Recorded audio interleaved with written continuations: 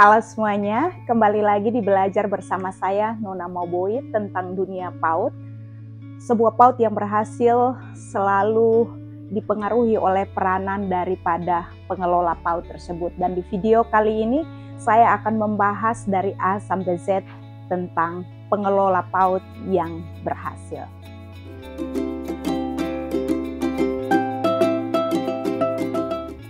Kita mulai dengan siapa itu pengelola PAUD? Pengelola PAUD adalah seseorang atau pribadi yang memiliki tanggung jawab untuk mengelola penyelenggaraan sebuah satuan pendidikan anak usia dini atau PAUD.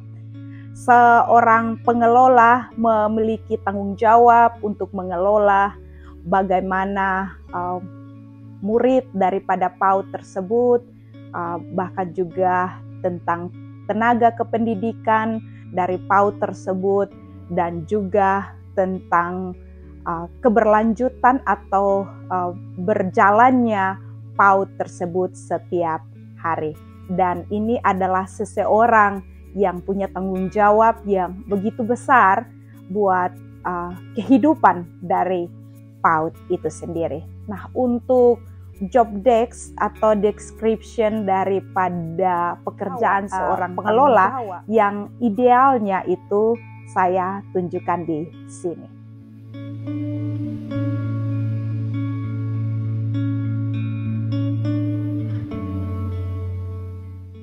Nah, tadi itu adalah versi idealnya daripada peranan seorang pengelola PAUD, sehingga membuat PAUD tersebut bisa beroperasional dengan baik dan menjadi berhasil dari tahun ke tahun. Tapi saya juga ingin membagikan kepada teman-teman penggiat PAUD di Indonesia pengalaman saya bagaimana peranan daripada seorang pengelola PAUD yang biasanya terjadi di lingkungan di mana saya ketahui dan saya belajar, dan juga pengalaman langsung di daerah atau di kampung yang saya lihat langsung. Minimal ada 4 yang biasanya saya lihat peranan daripada pengelola yang berhasil itu seperti apa. Yang pertama adalah biasanya seorang pengelola memiliki tanggung jawab membangun hubungan komunikasi yang baik dengan pemerintah lokal. Pemerintah lokal yang saya maksudkan adalah RT, RW, sampai desa. Bahkan biasanya dia juga yang membangun komunikasi dan menjaga kehidupan daripada maksud saya keberadaan dari PAUD tersebut di mata pemerintah lokal itu dengan baik. Selain pengelola PAUD memiliki tanggung jawab menjaga komunikasi dan membangun komunikasi dengan pemerintah lokal, seorang pengelola biasanya juga memiliki tanggung jawab untuk membangun komunikasi dengan dinas pendidikan bidang PAUD setempat. Biasanya yang saya lihat adalah pengelola PAUD memiliki tugas atau fungsi untuk mencari informasi tentang apa saja yang harus dilakukan, atau ada informasi-informasi tentang training guru, ada informasi tentang pertemuan-pertemuan dari tenaga kependidikan yang harus diikuti oleh insan PAUD. Nah, itu biasanya tugas daripada seorang pengelola. Bahkan pengelola sendiri biasanya ikut bersama dengan operator sekolah untuk datang ke PAUD mengurus dapodik daripada satuan pendidikan PAUD tersebut.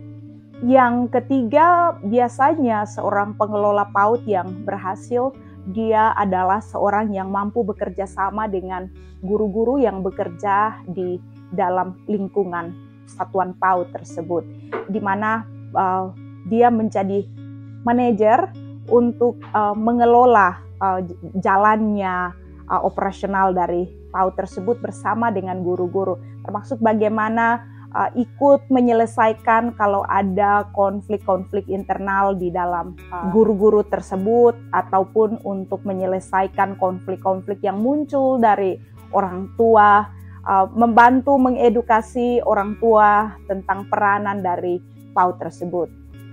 Yang keempat yang biasanya saya melihat dan saya mengalami sendiri adalah bila pengelola PAUD tersebut ingin PAUD-nya berhasil, maka dia harus aktif membangun komunikasi dengan lembaga-lembaga lain yang ada di lokasi tersebut. Lembaga-lembaga yang mungkin dapat berkolaborasi dengan mereka ataupun instansi-instansi yang mendukung keberlanjutan atau proses di pendidikan PAUD di PAUD tersebut dapat berjalan dengan baik. Contohnya dengan puskesmas, dengan lembaga-lembaga yang melakukan pelatihan guru, atau dengan lembaga-lembaga yang melakukan pekerjaan atau pelayanan yang berfokus pada pendidikan anak usia dini. Biasanya ini adalah tugas daripada seorang pengelola. Dia harus mampu membangun jaringan komunikasi dengan lembaga-lembaga di luar dari PAUD sehingga ada terjadi kolaborasi demi kolaborasi untuk keberlangsungan dari PAUD tersebut secara baik. Karena itu, menurut saya jangan memilih seorang pengelola PAUD asal-asalan saja. Hindari beberapa hal yang akan saya bahas selanjutnya ketika ingin memilih siapa yang menjadi pengelola dari PAUD tersebut. Karena ingat, seorang pengelola PAUD menentukan kehidupan dan keberlanjutan daripada lembaga PAUD yang sedang Bapak Ibu bangun. Oleh karena itu, hindari 5 hal yang akan saya bagikan ini ketika teman-teman penggiat PAUD ingin memilih seorang pengelola bagi satuan pendidikan PAUD Anda. Yang pertama, hindari memilih seorang pengelola yang lansia. Biasanya ini terjadi karena misalnya PAUD tersebut dibangun di tempat yang mungkin diwakafkan atau dihibahkan oleh warga, lalu mungkin pemiliknya sudah sesepuh dan kita merasa kurang enak, lalu kita memilih yang punya atau yang mewakafkan ataukah yang memberikan tempat tersebut, padahal sudah lansia, kita menempatkannya sebagai pengelola dari PAUD. Kenapa tidak boleh pengelola PAUD itu adalah lansia? Karena tadi saya sudah bilang bahwa peranan dari pengelola PAUD itu begitu besar sekali.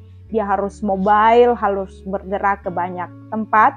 Karena itu kalau sudah terlalu lansia, maka akan sangat membuat PR yang banyak buat yang ada di dalam PAUD tersebut, di mana mungkin guru harus berperan ganda dan seterusnya, atau operator yang berperan ganda untuk mengambil tanggung jawab daripada pengelola tersebut. Karena itu hindari seorang pengelola PAUD itu adalah orang yang usianya sudah sesepuh atau lansia. Yang kedua adalah hindari memilih pengelola PAUD yang tidak berpendidikan sama sekali. Kasus seperti ini biasanya terjadi di kampung-kampung, di pedalaman, di daerah di mana untuk lingkaran orang yang punya pendidikan itu masih sangat minim sekali, sehingga hal ini biasanya terjadi.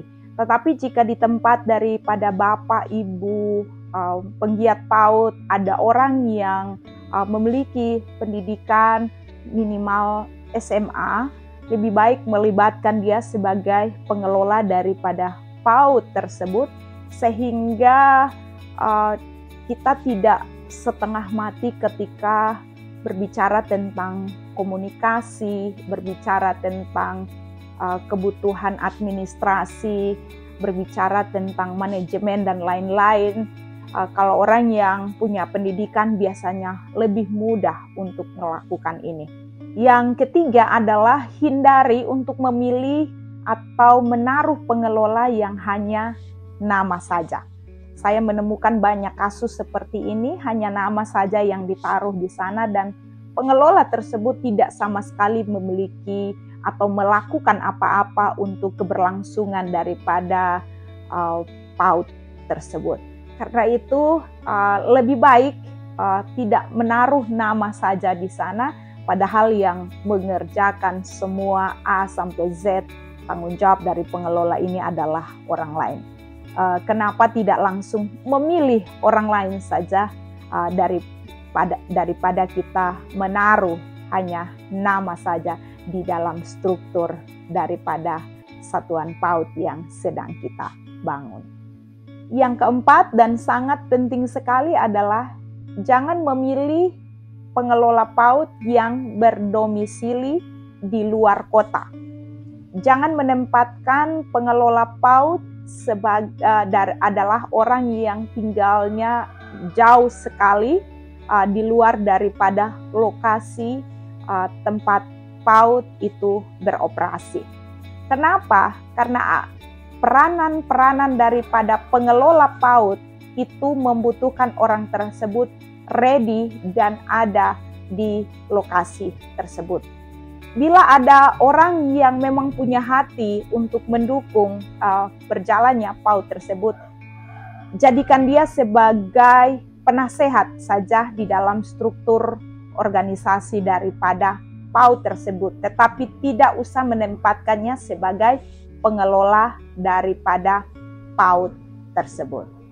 Yang kelima, ini mungkin terdengar klise, tetapi jangan memilih pengelola PAUD yang pemalu atau pendiam.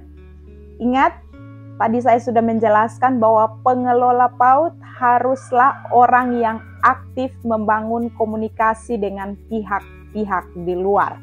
Karena itu apabila dia memiliki karakter yang pemalu dan pendiam, ini akan membuat PAUD Bapak Ibu akan adem ayem juga, akan di tempat itu saja. Hindari untuk memilih orang seperti ini.